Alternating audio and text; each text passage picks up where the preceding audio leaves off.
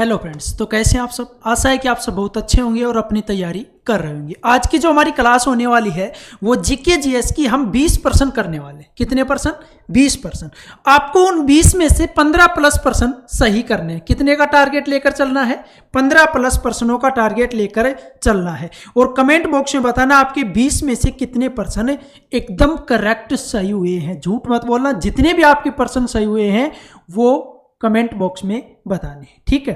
और ये इसमें जो पर्सन है वो पिछले वर्षों में पूछे गए, एसएससी की भिन्न भिन्न परीक्षाओं में पूछे गए पर्सन है, जो कि आपके लिए बहुत ज़्यादा इंपॉर्टेंट है। तो ये क्लास शानदार होने वाली है, तो तैयार हो सभी। तो शुरू करें हमारे इस क्लास के पहले पर्सन को। तो देखिए, पहला पर्सन देखिए, कुंचु कुरूप किस नृत्य शैली के लिए व्यापक रूप से जाने जाते हैं? जो कुंचु कुरूप है वो कौन सी नृत्य शैली के लिए व्यापक रूप से जाने जाते हैं? तो किस नृत्य शैली के लिए जाने जाते हैं वो आपकी यहां पर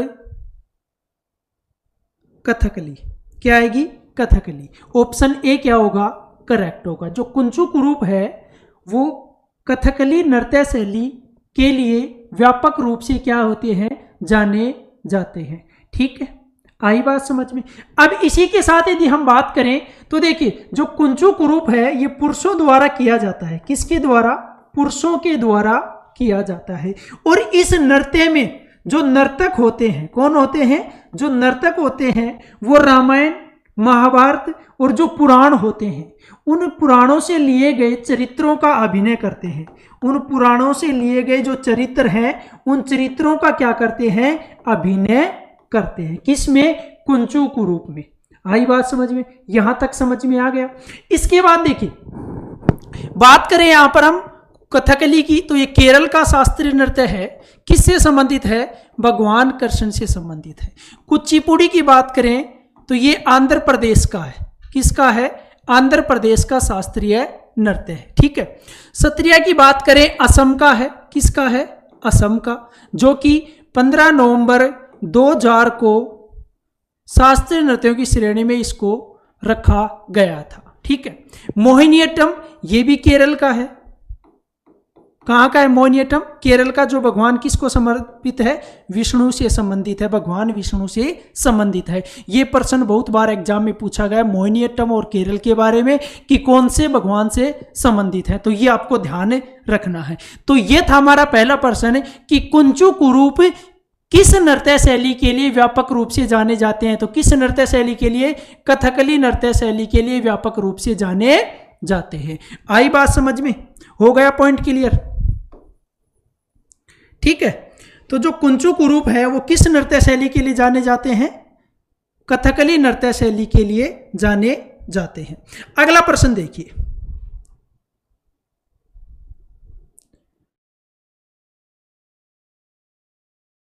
गोल्डन क्वाड्रिलेटरल सुपर हाईवे। जो गोल्डन क्वाड्रिलेटर सुपर हाईवे है, किसकी बात कर रहे हैं हम?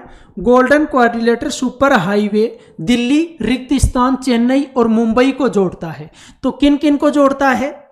कौन से हाईवे की बात कर रहे हैं? Golden quadrilateral super highway Delhi, Kolkata, Chennai और मुंबई को जोड़ता है। और ये जो परियोजना है, ये परियोजना 2001 में शुरू हुई थी और ये 2012 में क्या हो गई थी? संपूर्ण हो गई थी।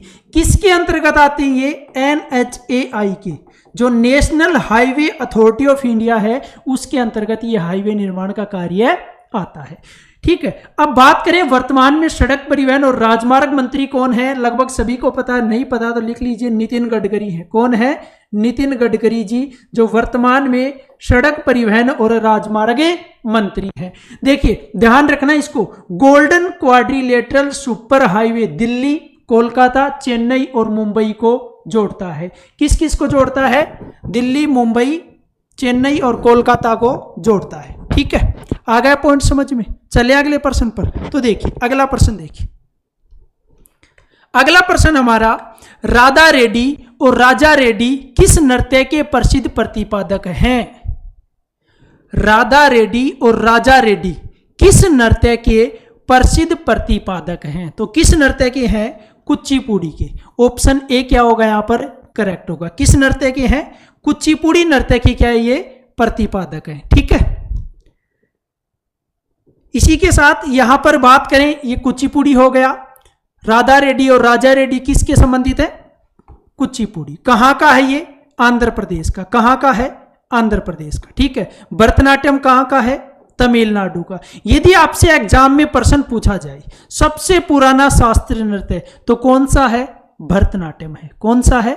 भरतनाट्यम। कथकली अभी बताया था, कथकली और मोहिनीअट्टम दोनों कहां से हैं? केरल से संबंधित है। कहां से संबंधित है? केरल से संबंधित है।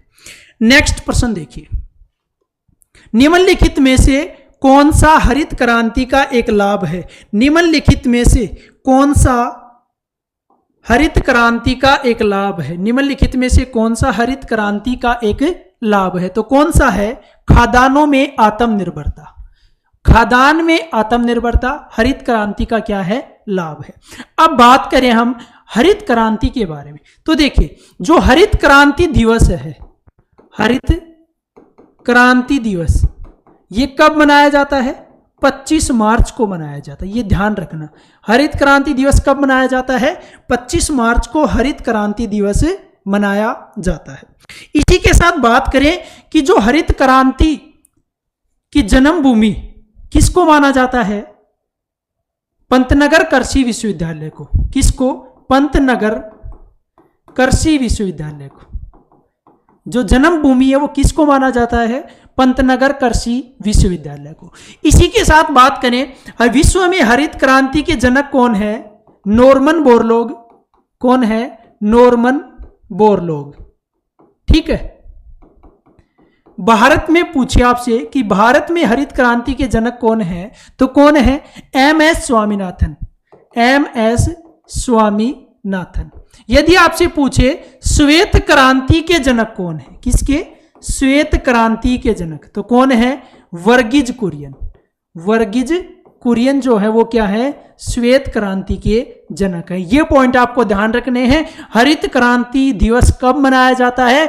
25 मार्च को मनाया जाता है। साथ में बात करें हरित क्रांति जन्मभूमि जो हो पंतनगर कृषि विश्वविद्यालय को माना जाता है, और विश्व में हरित क्रांति के जो जनक हैं वो कौन है? Norman Borlaug. ठीक है। भारत में पूछे तो MS Swaminathan, doctor MS Swaminathan. श्वेत क्रांति का जनक के बारे में बात करें तो वर्गीज कुरियन। श्वेत क्रांति मतलब दुग्ध क्रांति के नाम से भी इसको जाना जाता है। तो ये पॉइंट आपको ध्यान होने चाहिए। ठीक है। अगला प्रश्न देखिए, तीसरी पंचवर्षीय योजना का उद्देश्य भारत को बनाना था। जो तीसरी पंचवर्षीय योजना थी उसका उद्देश्य भारत को क्या बनाना था? आत्मनिर्भर बनाना था। क्या बनाना था? आत्मनिर्भर। ऑप्शन ए क्या होगा यहां पर? करेक्ट होगा। चलो बात करते हैं कि तीसरी पंचवर्षीय योजना से कौन कौन से इंपॉर्टेंट फैक्ट बन सकते हैं जो हमारे एग्जाम के लिए क्या है? इंपॉर्टेंट है। सबसे पहले तीसरी पंचवर्षीय योजना का कार्यकाल की बात करें तो 61 से 66 तक तीसरी पंचवर्षीय योजना प्रचलन में थी। 61 से 66 तक। देखिए ये जो पंचवर्षीय योजना है ये असफल रही थी। इसके असफल होने के पीछे कारण है। क्या कारण था? एक तो 1962 कारण था, एक 1965 कारण था और एक 1965-66 3 कारण थे। ये तो था आपका भारत चीन युद्ध। 1962 में क्या हुआ था? भारत चीन का युद्ध हुआ था। 1965 में भारत पाक युद्ध हुआ था। ठीक है। और 65-66 में यह अकाल सूखा पड़ गया था। इस वजह से इस योजना जो तीसरी पंचवर्षीय योजना थी ये क्या थी? असफल योजना थी। अब बात आती है कि ये जो पंचवर्षीय योजना थी ये कौन से मॉडल पर आधारित थी? ये थी जे सैंडी के डिमॉन्स्ट्रेशन मॉडल पर आधारित। डिमॉन्स्ट्रेशन मॉडल पर ये क्या थी? आधारित थी। ये आपको पता होना चाहिए। तीसरी पंचवर्षीय योजना के बारे में यदि हम बात करें तो समय था 61 से 66 तक। मॉडल की बात करें तो जे सैंडी के डिमॉन्स्ट्रेशन मॉडल पर आधारित थी। इसकी असफलता के पीछे 3 कारण हैं। भारत पाक युद्ध 1965, भारत चीन युद्ध 1962 और 65-66 में जो सूखा अकाल गिर गया था उसकी वजह से इस योजना में जो उद्देश्य रखे गए थे वो पूरे नहीं हो सके और ये योजना क्या थी? असफल हो गई थी। पूरी तरह से असफल हो गई थी। ठीक है। अगला प्रश्न देखिए, छठे अंतर्राष्ट्रीय दिवस योग दिवस 2020 की थीम क्या थी? जो छठा अंतर्राष्ट्रीय योग दिवस था, उस योग दिवस 2020 का उसकी थीम क्या थी? तो उसकी थीम की बात करें तो ये थी yoga at home and yoga with family. ये तो हम बात कर रहे हैं छठवां योग दिवस कब मनाया गया? 2020 में। चलो बात करते हैं 2023 में कौन सा बनाया गया। सीधी सी बात है, छठा 2020 में मनाया गया तो नोवा मनाया गया। तो नोवा योग दिवस 2023 की यदि थीम आपसे पूछे तो क्या है? वसुदेव कुटुंबकम, वसुदेव कुटुंबकम के लिए योग, के लिए योग। ये क्या है? 2023 में जो योग दिवस मनाया गया था 21 जून को, उसकी थीम है। ठीक है, अब बात आती है कि योग दिवस की शुरुआत कहां से हुई, किस प्रकार से हुई थी। तो देखिए, संयुक्त राष्ट्र की घोषणा के बाद 21 जून 2015 को, 21 जून 2015 को पहली बार क्या बनाया गया था? योग दिवस मनाया गया था। फर्स्ट बार योग दिवस कब मनाया गया था? 21 जून 2015 को। और योग का जनक जो है वो महर्षि पतंजलि को जाना जाता है, माना जाता है। महर्षि पतंजलि को योग का जनक माना जाता है। योग दिवस के बारे में सारे डाउट क्लियर कि योग दिवस की शुरुआत कब हुई? संयुक्त राष्ट्र की घोषणा के बाद 21 जून 2015 को अंतर्राष्ट्रीय योग दिवस पहली बार मनाया गया था। 2023 में मनाया गया, जिसकी थीम नोवा था, जिसकी थीम थी वसुदेव कुटुंबकम के लिए योग। योग के जनक किनको माना जाता है? महर्षि पतंजलि को योग का जनक माना जाता है। Point clear. चलिए अगला प्रश्न देखिए, गंगोत्री हिमनद किस राज्य में स्थित है? जो गंगोत्री हिमनद है वो कौन से राज्य में स्थित है? आपका आंसर अच्छे तरीके से आ जाना चाहिए, सीधा सा प्रश्न है। तो किस राज्य में स्थित है? उत्तराखंड राज्य में। ऑप्शन बी करेक्ट होगा। उत्तराखंड के उत्तरकाशी जिले में स्थित है। उत्तराखंड के उत्तरकाशी जिले में स्थित है गंगोत्री हिमनद। अब यहां मैं एक प्रश्न आपसे पूछने वाला हूं गंगोत्री हिमनद के बारे में। यहां से किस नदी का उद्गम स्थल है? जो कि इंपोर्टेंट नदी है, महत्वपूर्ण नदी है। कौन सी नदी है जिसका उद्गम स्थल है गंगोत्री हिमनद? यह आपको बताना है। ठीक है, अगला प्रश्न देखिए, मैगस्थनीज के अनुसार पाटलिपुत्र में कितने द्वार थे? जो मैगस्थनीज था उसके अनुसार पाटलिपुत्र में कितने द्वार थे? तो कितने द्वार थे? 64 द्वार थे। ऑप्शन ए करेक्ट होगा। अब बात करें पाटलिपुत्र की, तो जो पाटलिपुत्र था वो गंगा और सोन नदी के संगम पर है। गंगा और सोन नदी के संगम पर स्थित है पाटलिपुत्र। Point clear. बात करें मैगस्थनीज की, तो मैगस्थनीज जो था वो एक राजदूत था जो चंद्रगुप्त मौर्य के दरबार में आया था। किसके दरबार में आया था? चंद्रगुप्त मौर्य के दरबार में आया था। ये बहुत बार ऐसा प्रश्न एग्जाम में पूछा जाता है कि मैगस्थनीज राजदूत किसके दरबार में आया था, फायान राजदूत किसके दरबार में आया था, हेनसांग राजदूत किसके दरबार में आया था। तो ये आपको पता होना चाहिए। जो मैगस्थनीज था ये चंद्रगुप्त मौर्य के दरबार में आया था और मैगस्थनीज ने एक पुस्तक लिखी थी इंडिका नाम की। कौन सी पुस्तक लिखी थी? इंडिका नाम की। ये भी आपको ध्यान रखना है। तो मैगस्थनीज किसके दरबार में आया था? राजदूत था ये चंद्रगुप्त मौर्य के दरबार में। इसने कौन सी पुस्तक लिखी थी? इंडिका। और मैगस्थनीज के अनुसार जो पाटलिपुत्र था उस पाटलिपुत्र में कितने द्वार थे? 64 द्वार थे। और पाटलिपुत्र जो था वो गंगा और सोन नदी के संगम पर स्थित है। ठीक है, अगला प्रश्न देखिए, भारतीय संविधान का कौन सा अनुच्छेद उपाधियों का अंत से संबंधित है? जो भारतीय हमारा संविधान है उसका कौन सा आर्टिकल है जो उपाधियों के अंत से संबंधित है? तो कौन सा है? अनुच्छेद 18। ऑप्शन डी क्या होगा? करेक्ट होगा। जो अनुच्छेद 18 है ये उपाधि, इसमें क्या दिया गया है? उपाधियों का अंत। देखिए सबसे पहले बात करें ऑप्शन ए की 16, तो 16 में क्या है? लोक नियोजन के विषय में ध्यान रखना है।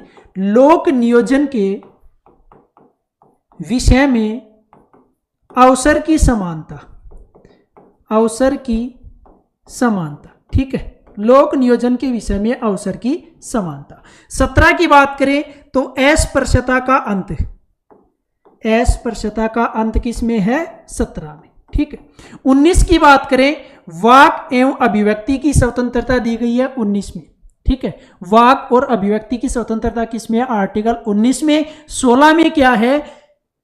लोक नियोजन के विषय में अवसर की समानता। 17 में है अस्पृश्यता का अंत, और 18 में क्या है? उपाधियों का अंत। आई बात समझ में? देखिए अगला प्रश्न देखिए। भूमचू त्योहार का मुख्य रूप से भारत के निम्नलिखित में से किस राज्य में मनाया जाता है? जो भूमचू त्योहार है मुख्य रूप से भारत के कौन से राज्य में मनाया जाता है? तो किस राज्य में मनाया जाता है? सिक्किम राज्य में। किस राज्य में? सिक्किम राज्य में। चलो बात कर लेते हैं भूमचू त्योहार के बारे में। तो ये एक बौद्ध त्योहार है। क्या है? बौद्ध त्योहार, ठीक है। ये क्या है? एक बौद्ध त्योहार है जो तिब्बती कैलेंडर के पहले महीने के 14वें 15वें दिन मनाया जाता है। तिब्बती जो कैलेंडर है उसके 14वें 15वें दिन ये त्योहार मनाया जाता है, भूमचू त्योहार, जो कि एक बौद्ध त्योहार है, बौद्धों का त्योहार है। कौन सा? भूमचू त्योहार। किस राज्य में मनाया जाता है? सिक्किम राज्य में मनाया जाता है। महाराष्ट्र के बारे में बात करें तो महाराष्ट्र का एक लावणी नृत्य यहाँ पर इंपॉर्टेंट है, एक आपका कोली नृत्य। कौन सा है? कोली नृत्य। आंध्र प्रदेश की बात आई तो आंध्र प्रदेश का इंपॉर्टेंट है ही, आपको पता है, ये कुचिपुड़ी है, शास्त्रीय नृत्य, ठीक है। अगला प्रश्न देखिए। राष्ट्रीय आय की गणना रिक्त स्थान विधि में हम उत्पादित वस्तुओं और सेवाओं के कुल वार्षिक मूल्य की गणना करते हैं। जो राष्ट्रीय आय की गणना है वो कौन सी विधि में उत्पादित वस्तुओं और सेवाओं के कुल वार्षिक मूल्य की गणना की जाती है? तो कौन सी विधि में? उत्पाद विधि में। ऑप्शन सी क्या होगा? करेक्ट होगा। देखिए आय मापन की, जो राष्ट्रीय आय मापन की 3 विधियां हैं। एक तो आय विधि है, ठीक है। दूसरा उत्पाद गणना विधि, उत्पाद गणना विधि, ठीक है। और तीसरा कौन सा है? व्यय विधि। कौन सी है? व्यय विधि। यहां तक समझ में आया? ये 3 विधियां हैं मुख्यतः राष्ट्रीय आय मापने की, आय विधि, उत्पाद गणना विधि और तीसरी है व्यय विधि। इसी के साथ बात करें कि जो राष्ट्रीय आय है इसमें उत्पाद विधि में उत्पादित वस्तुओं और सेवाओं के कुल वार्षिक मूल्य की गणना करते हैं।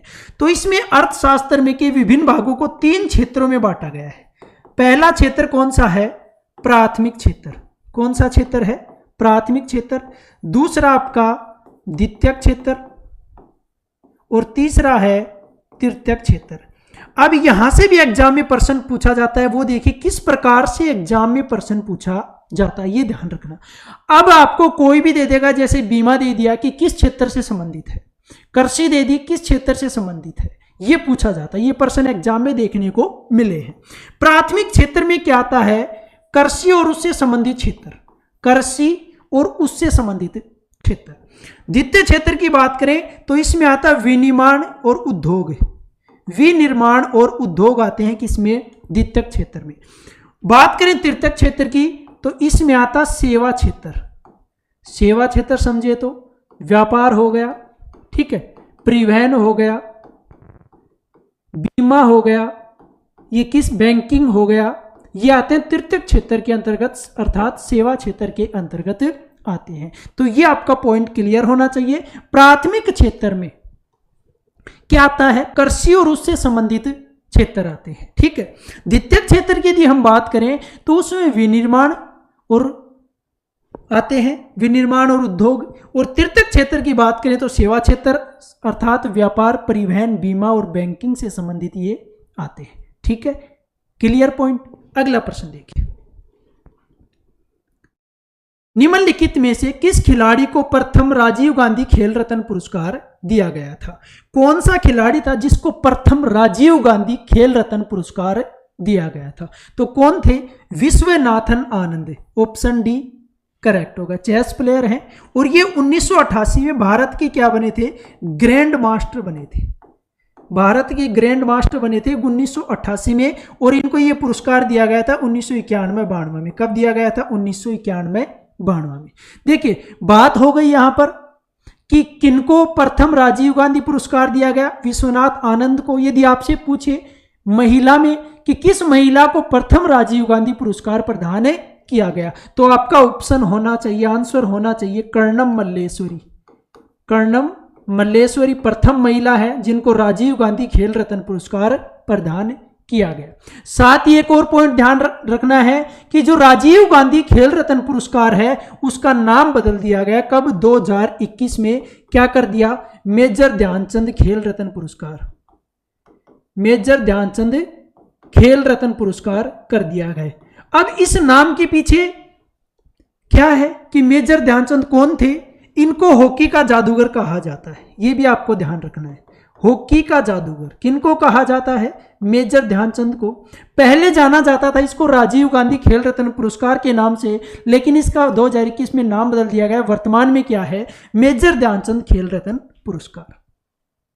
अब पहला राजीव गांधी खेल रत्न पुरस्कार दिया गया विश्वनाथ आनंद को, जो कि 1988 में भारत के ग्रैंड मास्टर बने थे और 1991-92 में इनको दिया गया। यदि आपसे प्रश्न पूछे कि प्रथम महिला कौन थी जिनको राजीव गांधी खेल रत्न पुरस्कार दिया गया, तो प्रथम महिला थी कर्णमयी मल्लेश्वरी। अब इसको जाना जाता है मेजर ध्यानचंद खेल रत्न पुरस्कार के नाम से। मेजर ध्यानचंद कौन थे? ये थे हॉकी के जादूगर, ठीक है, हॉकी के जादूगर के नाम से इनको जाना जाता है। अगला प्रश्न देखिए, निम्नलिखित में से किस प्रकार की बेरोजगारी ग्रामीण क्षेत्रों में पाई जाती है? जो बेरोजगारी है वो अनेक प्रकार की होती है, लेकिन यहां पर प्रश्न क्या पूछ रहा है कि ग्रामीण क्षेत्रों में किस प्रकार की बेरोजगारी पाई जाती है। तो ऑप्शन पहला है मौसमी बेरोजगारी और दूसरा है परछन बेरोजगारी। तो यहां पर ऑप्शन सी करेक्ट होगा। मौसमी और परछन बेरोजगारी दोनों ही ग्रामीण क्षेत्रों में पाई जाती है, ठीक है। मौसमी और परछन बेरोजगारी दोनों ही पाई जाती है, ठीक है। यहां पर समझ में आ गया। अब परछन बेरोजगारी क्या होती है? कोई विशेष कार्य है, उस विशेष कार्य को करने के लिए जितने व्यक्ति चाहिए उससे ज्यादा संख्या में व्यक्ति हो, तो आधे लोग तो वैसे ही हो गए बेरोजगार, तो इसको क्या बोला जाता है? परछन बेरोजगारी। क्या बोला जाता है? परछन बेरोजगारी। मौसमी बेरोजगारी ये ग्रामीण क्षेत्र से संबंधित है, जैसे कृषि के लिए होती है, वर्षा नहीं हुई तो कृषि नहीं होगी, तो क्या हो गई है? मौसम के अनुसार बेरोजगारी, ठीक है। तो इसमें क्या आएगा कि मौसमी और परछन बेरोजगारी कहां पर है? ग्रामीण क्षेत्रों में। एक शिक्षित बेरोजगारी की बात करें तो ये कहां पर है? शहरी क्षेत्रों में ज्यादा है। कौन सी बेरोजगारी? शिक्षित बेरोजगारी किस क्षेत्र में ज्यादा है? शहरी क्षेत्रों में ज्यादा है। अगला प्रश्न देखिए, कौन सा अनुच्छेद राष्ट्रपति को किसी राज्य के राज्यपाल को एक निकटवर्ती संघ राज्य क्षेत्र के प्रशासक के रूप में नियुक्त करने के लिए अधिकृत करता है? ध्यान से पढ़ना प्रश्न को कि कौन सा आर्टिकल है जो राष्ट्रपति को कोई भी राज्य के राज्यपाल को एक निकटवर्ती संघ राज्य क्षेत्र के प्रशासक के रूप में नियुक्त करने के लिए अधिकृत करता है। देखिए, कोई भी राज्यपाल है, उसके निकट कोई संघ या केंद्र शासित प्रदेश है, उसका वो प्रशासक नियुक्त करने के लिए अधिकृत है कौन? राष्ट्रपति। अब वो आर्टिकल पूछा है कि ऐसा किस आर्टिकल में है, या इस प्रकार से जो बातें लिखी गई है कौन से आर्टिकल में है, तो वो आपका 239(2). ऑप्शन ए क्या होगा? करेक्ट होगा। अनुच्छेद 239 का 2 में ऐसा लिखा गया है। अब देखिए, बात करते हैं यहां पर हम भाग फर्स्ट में क्या है? आर्टिकल 1 से 4 संघ व उसके राज्य क्षेत्र, उसके राज्य क्षेत्र, ये किस में है? भाग 1 में है। भाग 2 की यदि हम बात करें तो 5 से 11 नागरिकता है, नागरिकता। भाग 3 की यदि हम बात करें 12 से 35 मौलिक अधिकार है। क्या है? मौलिक अधिकार। भाग 4 की बात करें 36 से 51, इसमें आपके डीपीएसपी या बोल सकते हो नीति निदेशक तत्व है, राज्य के नीति निदेशक तत्व है। इसके बाद आता है आपका भाग 4 का क आर्टिकल आएगा, इसमें 51 क, इसमें आपके फंडामेंटल ड्यूटीज, मौलिक कर्तव्य। इसके बाद आता है भाग 5। भाग 5 में है संघ सरकार। क्या है? संघ सरकार। आर्टिकल की बात करें तो 52 से 151 तक, 52 से 151 तक भाग 5 में आर्टिकल है और उसमें क्या है? संघ सरकार। इसके साथ ही अगला भाग है भाग 6, कौन सा है? भाग 6, जिसमें आर्टिकल है 152 से 237 तक। क्या है? राज्य सरकार। भाग 6 में क्या है? राज्य सरकार। चलो बात करें भाग 7 की। भाग 7 की बात कुछ नहीं है, ये फिलहाल खत्म हो चुका है। कहने का मतलब भाग 7 समाप्त हो चुका है, निश्चित हो चुका है। और जिस प्रश्न की हम बात कर रहे थे वो आपका है भाग 8, जिसमें क्या है? आर्टिकल 239 से 242 तक है केंद्र शासित प्रदेश। आपके क्या है? केंद्र शासित प्रदेश। ठीक है, ये था भाग 8, 239 से 242 तक। और 239(2) में क्या लिखा गया था कि राष्ट्रपति अधिकृत है कि किसी भी राज्य के राज्यपाल को उसके निकट का जो संघ या केंद्र शासित प्रदेश है उसका प्रशासक नियुक्त कर सकता है, ऐसा लिखा गया है। आई बात समझ में? ये भाग आपके सामने है। भाग 7 जो है वो फिलहाल निश्चित है, उसको समाप्त किया जा चुका है। भाग 8 की बात करें 239 से 242, जिसमें है केंद्र शासित प्रदेश। ठीक है, अगला प्रश्न देखिए, निम्नलिखित में से किसने वंदे मातरम गीत लिखा था? वंदे मातरम गीत किसके द्वारा लिखा गया था? बंकिम चंद्र चट्टोपाध्याय के द्वारा। ऑप्शन सी करेक्ट होगा। अब ये तो पता चल गया कि वंदे मातरम गीत जो है वो बंकिम चंद्र चट्टोपाध्याय के द्वारा लिखा गया। देखिए, वंदे मातरम गीत को सबसे पहले कब गाया गया था? कांग्रेस का एक अधिवेशन हुआ था, बोल सकते हैं 70 हुआ था। किसका? कांग्रेस का। कांग्रेस का 70 कब हुआ था? 1896 में। तो सबसे पहले वंदे भारत को, वो जो वंदे मातरम गीत है उसको 1896 के कांग्रेस के 70वें अधिवेशन में गाया गया था। किसके द्वारा लिखा गया था? बंकिम चंद्र चट्टोपाध्याय के द्वारा ये लिखा गया था। ठीक है, देखिए अगला प्रश्न देखिए अब। वर्ष 2020 में अनुसूचित जाति और अनुसूचित जनजाति के आरक्षण को समाप्त करने की समय सीमा को और कितने वर्षों के लिए बढ़ा दिया गया है? SC ST के आरक्षण की यहां पर बात हो रही है। वर्ष 2020 में कितने वर्षों के लिए बढ़ा दिया गया? 10 वर्षों के लिए। ऑप्शन डी करेक्ट होगा। देखिए, 104वां संविधान संशोधन हुआ था 2019 में। कब हुआ था? 2019 में। इसमें ऐसा प्रावधान किया गया कि SC ST के आरक्षण को कितने वर्षों के लिए बढ़ा दिया गया? 10 वर्षों के लिए बढ़ा दिया गया। तो ये संविधान संशोधन आपको पता होना चाहिए। पूछा जा सकता है किस संविधान संशोधन के तहत SC ST के आरक्षण को जो समय सीमा है उसको 10 वर्षों के लिए बढ़ा दिया गया। तो कौन सा है ये? 104वां संविधान संशोधन। ठीक है, अगला प्रश्न देखिए। पारिस्थितिकी पिरामिड का आधार सामान्यतः चौड़ा होता है। जो पारिस्थितिकी पिरामिड है उसका आधार सामान्यतः क्या होता है? चौड़ा होता है। और यह है रिक्त स्थान की ओर संकीर्ण होता है। देखिए, जो पारिस्थितिकी पिरामिड होता है वो इस प्रकार से होता है। किस प्रकार से? इस प्रकार से। आधार क्या है? यहां पर चौड़ा है। ये क्या है? आधार जो कि चौड़ा है। ठीक है, अब प्रश्न क्या पूछा? यह शीर्ष संकीर्ण किस तरफ होता है? तो संकीर्ण होता है ये शीर्ष की तरफ। तो ऑप्शन बी हमारा क्या होगा? करेक्ट होगा। जो पिरामिड होता है पारिस्थितिकी पिरामिड, उसका आधार जो होता है वो क्या होता है? चौड़ा होता है। और शीर्ष जो उसका होता है वो क्या होता है? संकीर्ण होता है, मतलब छोटा होता है आधार की तुलना में। ठीक है, अगला प्रश्न देखिए। निम्नलिखित में से क्या सौर सेल उपयोग करने का एक प्रमुख लाभ है? जो सौर सेल होते हैं उनका उपयोग करने का एक प्रमुख लाभ कौन सा है? तो कौन सा है? इसमें गतिमान पुर्जे नहीं होते। ऑप्शन बी क्या होगा? करेक्ट होगा। इसमें क्या नहीं होते? गतिमान पुर्जे नहीं होते। जो सौर सेल होते हैं, सौर सेल किससे बनाए जाते हैं? गैलियम आर्सेनिक जो अर्धचालक होते हैं, क्या होते हैं? अर्धचालक। उनसे सौर सेल का प्रयोग किया जाता है। और इनका प्रमुख लाभ क्या है? इसमें गतिमान पुर्जे नहीं होते। क्या नहीं होते हैं? गतिमान पुर्जे नहीं होते। आई बात समझ में? तो ये थे हमारे इंपॉर्टेंट प्रश्न।